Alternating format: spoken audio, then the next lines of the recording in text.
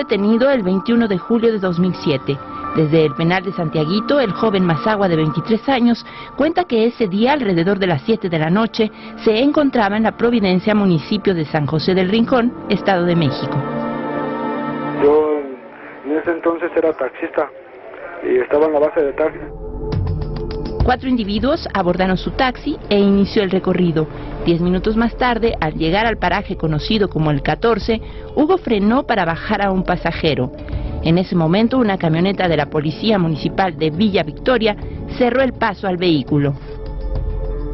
2 sujetos echan a correr y dejan una mochila donde supuestamente se encuentran unas armas y nos empiezan a tirar al coche, pues con varios disparos. De ahí nos empiezan a decir que las armas, de ahí nos empiezan a hablar de secuestros, que por qué nos dedicábamos a secuestrar.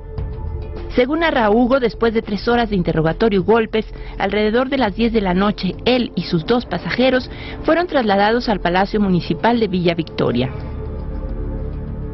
Y nos paran en una barda y nos empiezan a retratar, donde la policía municipal ahí nos hace que agarremos cartelones y 2 de mis compañeros le hacen que tomen unas armas. Fue hasta la madrugada del 22 de julio de 2007 que policías ministeriales del Estado de México consignaron a Hugo en la delegación de la Procuraduría General de la República en Toluca, Estado de México, por el delito de portación de armas de fuego. Depositamos una fianza de 8,000 pesos para que pudiera salir bajo fianza. El 23 de julio de 2007, Hugo regresó a casa y su familia esperaba que los cargos en su contra fueran desestimados. Sin embargo, en ese momento ya se estaban creando pruebas para posteriormente involucrarlos en otro delito, que es el delito de secuestro. 15 días después, el padre de Hugo reclamó en el Ministerio Público de Villa Victoria el pago por los daños hechos a su vehículo durante la detención de su hijo. Me dijeron que yo tenía que presentar a mi hijo porque es el que conducía el carro, él era el chofer. Presenté a mi hijo para que firmara. Cuando nos dimos cuenta teníamos los judiciales, como 4 o 5 patrullas municipales, como si en verdad nosotros sí fuéramos unos grandes delincuentes.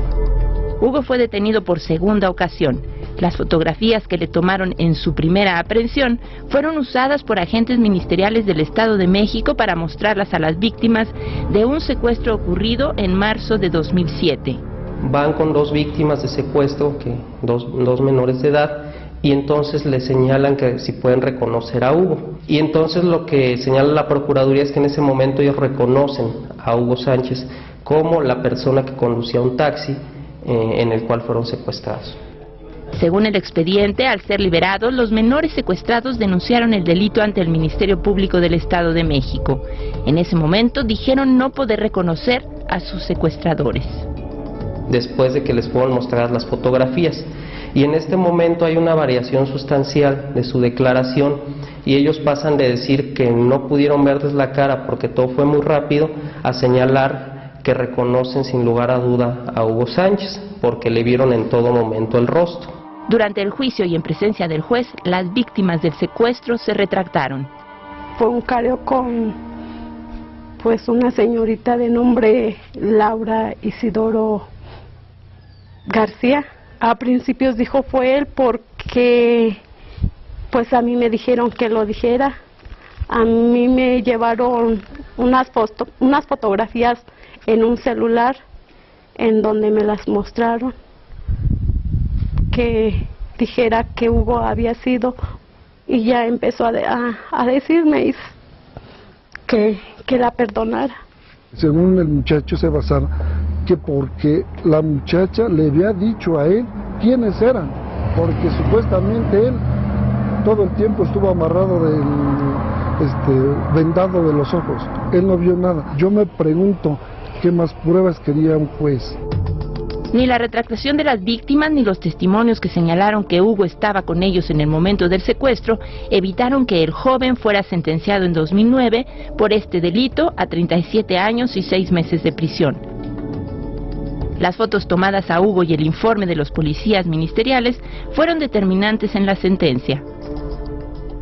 Ellos afirman que se entrevistan con Hugo y que en esa entrevista Hugo confiesa diversos delitos, incluyendo este secuestro. Según los policías, Hugo reconoció que salían por las noches para secuestrar por lo regular a parejas de novios, al asalto a mano armada e incluso han llegado a matar gente, esto en diferentes municipios.